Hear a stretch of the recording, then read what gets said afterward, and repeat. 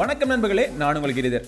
Windows 11 எப்படி இருக்குது அப்படின்னு சொல்லிட்டு தெரிஞ்சுக்கிறதுக்கு நிறைய பேருக்கு ஆர்வமாக இருக்குது. எனக்கும் தான் ஆர்வமாக இருந்துச்சு. அதனால தான் இந்த இன்சைடர் ப்ரிவ்யூ அப்படின்னு சொல்லக்கூடிய இந்த பீட்டா வெர்ஷனை நான் டவுன்லோட் பண்ணி என்னுடைய கம்ப்யூட்டரில் இன்ஸ்டால் பண்ணியிருக்கேன். இதை எப்படி டவுன்லோட் பண்ணுறது, இது எப்படி இன்ஸ்டால் பண்ணுறது, இதெல்லாம் ரொம்ப சிம்பிளான ஸ்டெப்ஸ். கூகுளில் நீங்கள் தேடினீங்க அப்படின்னா உங்களுக்கு ஈஸியாக உங்களுக்கு கிடச்சிரும். ஆனால் என்னுடைய அறிவுரை என்ன அப்படின்னா, இப்பொழுதுக்கு இதை நீங்கள் டவுன்லோட் பண்ணாதீங்க, இன்ஸ்டால் பண்ணாதீங்க. எக்கச்சக்கமான பக்ஸ் இருக்குது. இன்னும் ஒரு ஸ்டேபிளான ஒரு ஆப்ரேட்டிங் சிஸ்டம் கிடையாது. இந்த புதிய வெர்ஷனில் என்னென்ன ஃபீச்சர்ஸ்லாம் இருக்குது அப்படின்னு தெரிஞ்சுக்கிறதுக்கு அது நீங்கள் டவுன்லோட் பண்ணி தான் பார்க்கணுங்கிற அவசியம் கிடையாது. இந்த வீடியோவை முழுசா பாருங்க. நான் விண்டோஸ் 11 டவுன்லோட் பண்ணி ஒரு வாரமா நான் யூஸ் பண்ணிட்டு இருக்கேன். என்னுடைய இந்த அனுபவத்தில் ஒரு 11 ஃபீச்சர்ஸ் புதுசா அவங்க விண்டோஸ் 10ல இருந்து விண்டோஸ் 11க்கு மாத்தின ஒரு 11 ஃபீச்சர்ஸ் என்னென்ன அப்படிங்கறத உங்களுக்கு நான் சொல்றேன்.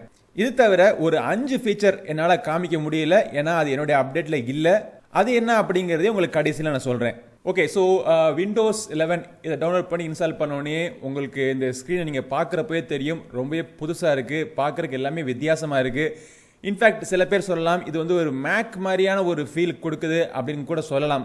ஸோ இந்த டிசைனில் என்னென்ன மாறுதல்கள்லாம் கொண்டு வந்திருக்காங்க அப்படிங்கிறத நான் உங்களுக்கு சொல்கிறேன். ஃபஸ்ட்டு நம்ம பார்த்தோன்னே கீழே இருக்கிற இந்த டாஸ்க் பார், இந்த டாஸ்க் பாரோடைய லொக்கேஷன் சென்டரில் வச்சுருக்காங்க. அஃப்கோர்ஸ் உங்களுக்கு பிடிக்கல அப்படின்னா நீங்கள் பழையபடி நீங்கள் லெஃப்ட்டு கொண்டு போய் நீங்கள் வச்சுக்கலாம். பட் சென்டரில் வச்சுக்கிறதுனால இது என்ன அட்வான்டேஜ் அப்படின்னா, இனிமேல் வருங்காலங்களில் விண்டோஸ் எல்லாமே டச் பேஸ்ட் கம்ப்யூட்டருக்கு நிறைய பேர் மாறிடுவாங்க அப்படின்னு நினச்சிக்கிட்டு இருக்காங்க. ஸோ அதனால வந்து இந்த டச் பண்ணி யூஸ் பண்ணுறவங்களுக்கு இந்த சென்டரில் இருக்கிறது கம்ஃபர்டபுளாக இருக்கும் அப்படிங்கிற ஒரு காரணத்தினால இதை சென்டரில் வச்சுருக்காங்க. அஃப்கோர்ஸ் நீங்கள் ரைட் கிளிக் பண்ணி நீங்கள் டாஸ்க் பார் செட்டிங்ஸில் போனீங்க அப்படின்னா அதோடைய லொக்கேஷனை வந்து நீங்கள் எங்கே வச்சுக்கணும் அப்படிங்கிறத முடிவு பண்ணிக்கலாம். சென்டர் அப்படிங்கிறத மாற்றி நீங்கள் லெஃப்ட்னு கொடுத்துட்டீங்கன்னா பழையபடிக்கு லெஃப்ட்டுக்கு போயிடும். இது எனக்கு சென்டரில் இருக்கிறது பிடிக்குது. ஸோ இந்த சென்டரில் இருக்கிற இந்த பட்டனை நீங்கள் ஸ்டார்ட் அப்படிங்கிற இந்த மெனு நீங்கள் ப்ரெஸ் பண்ணிங்கன்னா இந்த ஸ்டார்ட் மெனு பார்த்தீங்கன்னா கம்ப்ளீட்லி ஒரு வித்தியாசமான ஒரு புதிய டிசைனில் கொடுத்துருக்காங்க. இது இரண்டாவது ஃபீச்சர். இந்த ஸ்டார்ட் மெனுவில் உங்கள் கம்ப்யூட்டரில் இன்ஸ்டால் பண்ணிருக்கக்கூடிய அப்ளிகேஷன்ஸ் இல்லை மைக்ரோசாஃப்ட் விண்டோஸ் 11 உங்கள் கம்ப்யூட்டரில் என்னென்னா நீங்கள் அப்ளிகேஷன்லாம் இன்ஸ்டால் பண்ணணும் அப்படின்னு உங்களை ரெக்கமெண்ட் பண்ணக்கூடிய விஷயங்கள் எல்லாமே இதில் கொடுத்துருக்காங்க. அது தவிர லேட்டஸ்ட்டாக நீங்கள் கடைசி ஆக்சஸ் பண்ண ஃபைல்ஸ் வேறு இங்கே இருக்குது. ஸோ ஆல் ஆப்ஸ் அப்படின்னு போயிட்டீங்க அப்படின்னா பழையபடி உங்களுக்கு லிஸ்ட் உங்களுக்கு கிடச்சிரும். உங்கள் கம்ப்யூட்டரில் இன்ஸ்டால் பண்ணிருக்கிற எல்லா ஆப்ஸையும் நீங்கள் பார்க்கலாம். பட் இது வந்து ஃப்ரீக்வெண்ட்டாக நீங்கள் ஆக்சஸ் பண்ணக்கூடிய அப்ளிகேஷன்ஸ் எல்லாமே மேலே உங்களுக்கு கொடுத்துருக்காங்க. அது தவிர எந்த அப்ளிகேஷன் இன்ஸ்டால் பண்ணணும் அப்படிங்கிற ஒரு ரெக்கமெண்டேஷன் நீங்கள் கொடுத்துருக்காங்க. இதெல்லாம் பிடிக்கல அப்படின்னா ரைட் கிளிக் பண்ணி அன்இன்ஸ்டால் பண்ணி நீங்கள் தூக்கி விட்டுறலாம். சரி, ரைட் கிளிக் அப்படின்னு தான் எனக்கு இன்னொரு மூணாவது ஃபீச்சர் ஞாபகம் வருது. ஸோ விண்டோஸ் டெஸ்க்டாப்பில் நிறைய பேருக்கு ஒரு பழக்கம் இருக்குது, ரைட் கிளிக் பண்ணி இந்த ரெஃப்ரெஷ் பட்டனை போட்டு டொக்கன்னு தேடிக்கிட்டு இருப்பாங்க. அதாவது எந்த ஒரு பிரச்சனை வந்தாலும் அந்த ரெஃப்ரெஷ் பட்டனை ப்ரெஸ் பண்ணால் அந்த பிரச்சனை சால்வ் ஆயிரும் அப்படின்னு நினைப்பு இந்த ஒரு பழக்கம் நிறைய பேருக்கு உண்டு. அந்த ரெஃப்ரெஷ் பட்டனையே காணாக்கிட்டான். சரி, அது ஃபீச்சர் கிடையாது ஆக்சுவலாக. ஸோ இந்த ரெஃப்ரெஷ் பட்டன் தவிர இந்த ரைட் கிளிக் மெனுவே பார்த்தீங்கன்னா கம்ப்ளீட்டாக அவங்க சேஞ்ச் பண்ணியிருக்காங்க. உங்களுக்கு தேவையான ஃபீச்சர்ஸ் எல்லாமே உங்களுக்கு அப்ஃப்ரண்ட் உங்களுக்கு கிடச்சிடும். இல்லை இந்த ஃபீச்சர் வேணால் எனக்கு பழையபடி எனக்கு ஆப்ஷன்ஸ்லாம் காமி அப்படின்னா ஷோ மோர் ஆப்ஷன்ஸ் கிளிக் பண்ணிங்கன்னா இது வந்து பழைய மெனு போயிடும். பழைய மெனு ரெஃப்ரெஷ் பட்டன் இருக்குது. ஸோ பழைய மெனு இல்லாமல் உங்களுக்கு இந்த புது டிசைன் பார்த்தீங்க அப்படின்னா ரொம்ப வித்தியாசமாக இருக்குது. இந்த டெஸ்க்டாப்பில் மட்டும் கிடையாது, உங்களுக்கு எக்ஸ்ப்ளோரரில் பல இடங்களில் இது எப்படி நீங்கள் ரைட் கிளிக் பண்ணாலும் அதுக்கு ஏற்றாப்புல ஒரு புதுசான ஒரு டிசைனில் ஒரு புதிய வடிவத்தில் இந்த ரைட் கிளிக் மெனு கொடுத்துருக்காங்க. ஓகே, அடுத்த ஃபீச்சர் எக்ஸ்ப்ளோரர். ஸோ இந்த எக்ஸ்ப்ளோரருடைய டிசைனுமே பார்த்தீங்கன்னா ரொம்பவே ஒரு சேஞ்ச் பண்ணியிருக்காங்க. ஆக்சுவலாக இதோடைய ஃபங்க்ஷனாலிட்டிஸ் ஒன்றும் பெருசாக சேஞ்ச் பண்ணலை. பட் ஓவராலாக விஷுவல் டிசைன் பார்க்குறதுக்கு வித்தியாசமாக இருக்குது. இந்த ஃபைல் ஃபோல்டருடைய ஐக்கன்ஸ், ஒவ்வொரு ஐக்கன்ஸ் கம்ப்ளீட்டாக பார்த்தீங்கன்னா எல்லாமே கம்ப்ளீட்டாக சேஞ்ச் பண்ணிட்டாங்க. ஸோ இந்த எக்ஸ்ப்ளோரருடைய டிசைன் ப்ளஸ் நேவிகேஷன் ஸ்டைல், இதில் மேலே இருக்கக்கூடிய மெனு ஐக்கன்ஸ் எல்லாமே சேஞ்ச் பண்ணியிருக்காங்க. அடுத்த ஃபீச்சர் ஏற்கனவே சொன்ன மாதிரி இதனுடைய விஷுவல் டிசைனில் பயங்கரமான சேஞ்ச் எல்லாம் கொண்டு வந்திருக்காங்க. ஒவ்வொரு ஐக்கன், அப்புறம் ஃபாண்ட்ஸ், இந்த task bar layout, desktop layout, இது எல்லாமே பார்த்தீங்க அப்படின்னா விஷுவல் டிசைனில் எக்கச்சக்கமாக சேஞ்ச் பண்ணியிருக்காங்க. இந்த சேஞ்ச் ரொம்பவே நல்லாவே பண்ணியிருக்காங்கன்னு சொல்லலாம். அடுத்த விஷயம் செட்டிங்ஸ் போய் பார்த்தோம் அப்படின்னா இந்த செட்டிங்ஸ் செக்ஷனே கம்ப்ளீட்டாக சேஞ்ச் பண்ணியிருக்காங்க. பழைய செட்டிங்ஸ் மெனுக்கும் இந்த செட்டிங்ஸ் மெனுக்கும் என்ன வித்தியாசம் அப்படின்னு இருக்குன்னு கூர்ந்து கவனிச்சோம் அப்படின்னா ஒரு கிட்டத்தட்ட ஒரு மொபைல் ஃபோனில் யூஸ் பண்ணக்கூடிய செட்டிங்ஸ் பேனல், செட்டிங்ஸ் மெனு மாதிரி கொண்டு வந்திருக்காங்க அப்படின்னு சொல்லலாம். ஸோ எல்லாமே நீட்டாக ஆர்கனைஸ் பண்ணி ஒவ்வொரு ஆப்ஷன்ஸும் அது இருக்கிற இடத்துல கரெக்டாக குரூப்பிங் பண்ணி அருமையாக பண்ணியிருக்காங்க. உதாரணத்துக்கு நம்ம டிஸ்பிளேக்குள்ளே நம்ம போய் பார்த்தோம் அப்படின்னா அதுக்கு தேவையான செட்டிங்ஸ் எல்லாமே ஒரு குரூப்பில் பண்ணி கொடுத்துருக்காங்க. இது எல்லாமே பார்க்குறதுக்கும் ஈஸியாக இருக்குது, யூஸ் பண்ணுறதுக்கும் ஈஸியாக இருக்குது. ஒவ்வொரு விஷயமும் எங்கே இருக்குன்னு கண்டுபிடிக்கிறதுக்கு ஈஸியாக இருக்குது. கண்டுபிடிக்க தெரியல அப்படின்னா ஃபைண்ட் செட்டிங் அப்படிங்கிற ஆப்ஷனை நீங்கள் போய் அதை நீங்கள் ப்ரெஸ் பண்ணிங்கன்னா உங்களுக்கு தேவையான செட்டிங்ஸ் எங்கே இருக்குது அப்படின்னு சொல்லிட்டு உங்களுக்கு ஒரு சர்ச் ரிசல்ட்ஸே உங்களுக்கு காமிக்குது. ஓகே, சர்ச் அப்படிங்கிறப்ப தான் அடுத்த ஃபீச்சர் நான் சொல்லணும், இன்டெகிரேட்டட் சர்ச். ஸோ இந்த சர்ச் செக்ஷன் பார்த்தீங்க அப்படின்னா கம்ப்ளீட்டாக சேஞ்ச் பண்ணியிருக்காங்க. எப்படி சேஞ்ச் பண்ணியிருக்காங்க அப்படின்னா நீங்கள் எதை சர்ச் பண்ணாலும் அதை வந்து ஒரு டிஃப்ரெண்ட் கேட்டகரிஸில் நீங்கள் சர்ச் பண்ணலாம். உதாரணத்துக்கு GiriSonnaSeri அப்படின்னு நான் சர்ச் பண்ணி வச்சுங்களேன், என்னுடைய கம்ப்யூட்டரில் GiriSonnaSeri அப்படிங்கிற பேரில் நான் சேவ் பண்ணியிருக்கிற ஃபைலை வேணால் நான் சர்ச் பண்ணலாம். ஸோ அது சம்மந்தப்பட்ட அப்ளிகேஷன் சர்ச் அவங்களுடைய ஸ்டோரில் இருந்துச்சுன்னா அதை நான் சர்ச் பண்ணலாம். டாக்குமெண்ட்ஸ் இல்லாட்டி வெப்லேருந்து டேரெக்டாக சர்ச் பண்ணால் கூட வெப்பினுடைய சர்ச் ரிசல்ட் கூட டேரெக்டாக இங்கே வந்துடுது. அதை நீங்கள் கிளிக் பண்ணீங்கன்னா ப்ரௌசரில் ஆட்டோமேட்டிக்காக ஓப்பன் ஆயிருது. ஓகே, இந்த சர்ச் பக்கத்தில் இன்னொரு இன்ட்ரெஸ்டிங்கான பட்டன் இருக்குது. ஸோ இந்த பட்டன் பார்த்தீங்கன்னா விட்ஜெட்ஸ் பட்டன் அப்படிங்கிறாங்க. ஸோ இதுவும் ஒரு புதிய சேஞ்ச். ஆக்சுவலாக இதெல்லாம் பார்த்தீங்கன்னா புதுசாகவே தெரியாது. அதை மொபைல் ஃபோன் யூஸ் பண்ணுறவங்களுக்கு இதெல்லாம் ஏற்கனவே இருக்குது. உங்கள் கூகுள் ஆண்ட்ராய்ட் மொபைல் ஃபோனில் பார்த்தீங்கன்னா இந்த மாதிரி விட்ஜெட்ஸ்லாம் ஏற்கனவே இருக்குது. இதெல்லாம் புதிய மேட்டர்லாம் கிடையாது. ஆனால் இந்த கம்ப்யூட்டர் அதாவது விண்டோஸ் யூஸ் பண்ணுறவங்களுக்கு ஒரு புதுசாக அதை கொண்டு வந்திருக்கேன் அப்படிங்கிறாங்க. ஏஐ யூஸ் பண்ணி லேட்டஸ்டான ட்ரெண்டில் இருக்கக்கூடிய நியூஸ், அப்புறம் உங்களுக்கு பிடிச்சமான விஷயங்கள் சம்பந்தப்பட்ட விஷயங்கள் எல்லா நியூஸ் மற்றும் போட்டோஸ், இமேஜ், வீடியோ இது எல்லாமே பார்த்தீங்கன்னா இந்த விட்ஜெட்ஸ் அப்படிங்கிற செக்ஷனில் இங்கே கொண்டு வந்திருக்கேன் அப்படிங்கிறாங்க. இது ஒரு புதிய ஃபீச்சரா. பட் இது எல்லாத்தையும் விட எனக்கு பர்சனலி ரொம்ப பிடிச்ச ஃபீச்சர் என்னன்னு பார்த்தீங்கன்னா லேஅவுட்ஸ். எந்த ஒரு விண்டோஸாக இருக்கட்டும் அதை நீங்கள் ஓப்பன் பண்ணி வச்சிருக்கப்போ இந்த மேக்ஸிமைஸ் மினிமைஸ் பட்டன் இருக்கு பார்த்தீங்களா, இது பக்கத்தில் கொண்டு போகிறப்போ ஒரு லேஅவுட்ஸ்லாம் காமிக்குது. உங்களுக்கு எந்த மாதிரி லேஅவுட்ஸில் இதை ஃபிக்ஸ் பண்ணும் அப்படிங்கிறத உங்களுக்கு காமிக்குது. ஸோ அதை நீங்கள் கிளிக் பண்ணீங்கன்னா அதுக்கேற்றாப்புல ஒரு லேஅவுட்ஸ் ஆட்டோமேட்டிக்காக ஃபார்ம் ஆயிடுது.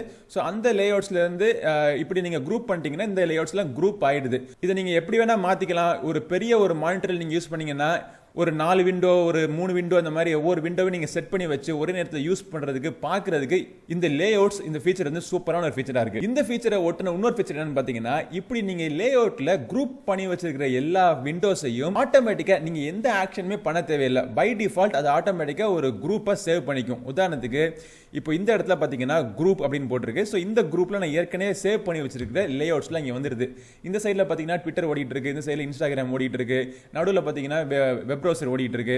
ஸோ இது ஒரு லேஅவுட்டை நான் சேவ் பண்ணி வச்சிருக்கேன். என்னுடைய ஒர்க் ஃப்ளோக்கு இந்த மாதிரி ஒரு லேஅவுட் பிடிச்சிருந்துச்சு அப்படின்னா இதை நான் செட் பண்ணி வச்சுட்டா போதும், ஆட்டோமேட்டிக்காக இது சேவ் பண்ணிக்குது.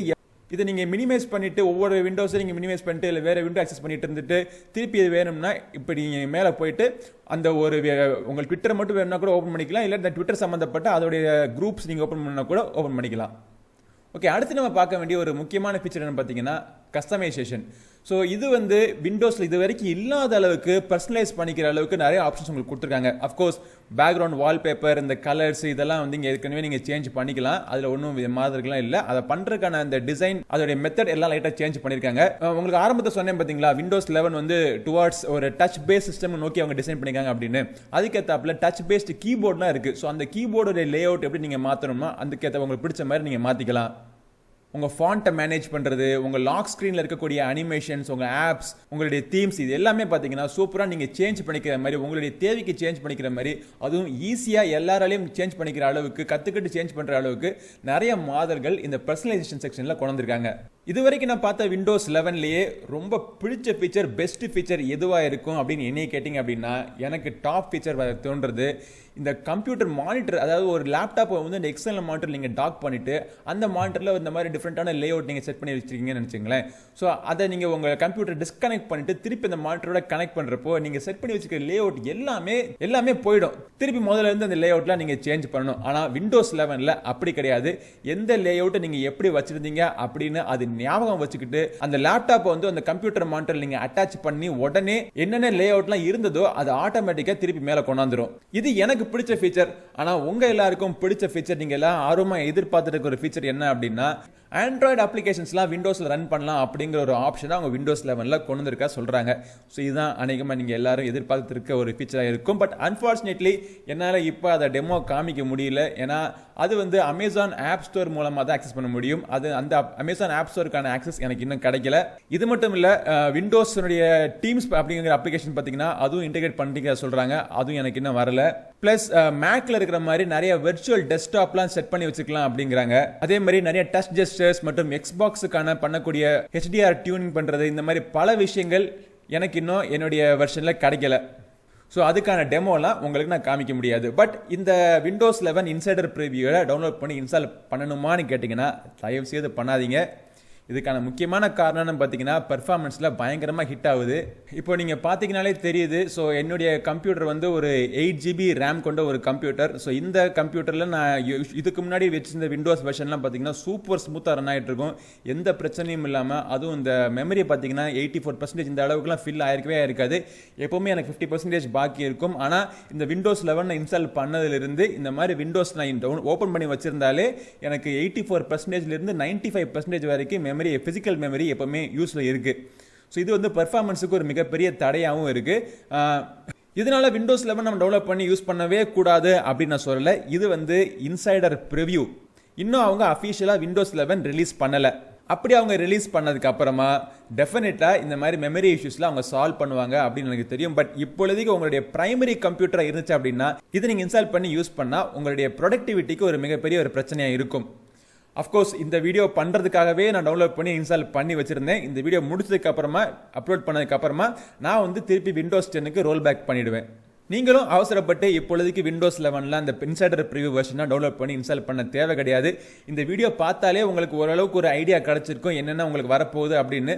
ஸோ வந்ததுக்கு அப்புறமா டவுன்லோட் பண்ணி, அஃபிஷியலாக வந்ததுக்கு அப்புறமா டவுன்லோட் பண்ணி யூஸ் பண்ணி என்ஜாய் பண்ணுங்க. இது வந்து ஒரு ஃப்ரீ அப்டேட் வேற. உங்களுடைய கம்ப்யூட்டர் எலிஜிபிளாக இருந்துச்சு அப்படின்னா தாராளமாக நீங்கள் ஃப்ரீ அப்டேட் பண்ணிக்கலாம். உங்களுடைய கம்ப்யூட்டர் எலிஜிபிளா இல்லையா அப்படின்னு செக் பண்றதுக்கான ஒரு அப்ளிகேஷனும் அவங்க ரிலீஸ் பண்ணிருக்காங்க. அந்த அப்ளிகேஷனுக்கான லிங்கையும் இந்த வீடியோட டிஸ்கிரிப்ஷன்ல விடுறேன். எப்பயும் போல இந்த வீடியோ உங்களுக்கு இன்ட்ரெஸ்டிங்கா இருக்கும் நான் நினைக்கிறேன். இந்த வீடியோ பிடிச்சிருந்துச்சுன்னா லைக் பண்ணுங்க, உங்க நண்பரோட ஷேர் பண்ணுங்க. அடுத்த பதிவில் உங்களை மீண்டும் சந்திக்கும் வரை உங்களிடம் வந்து விடைபெறுவது உங்கள் நண்பன் கிரிதர். வாழ்க தமிழ், வளர்க்க பாரதம். நன்றி, வணக்கம்.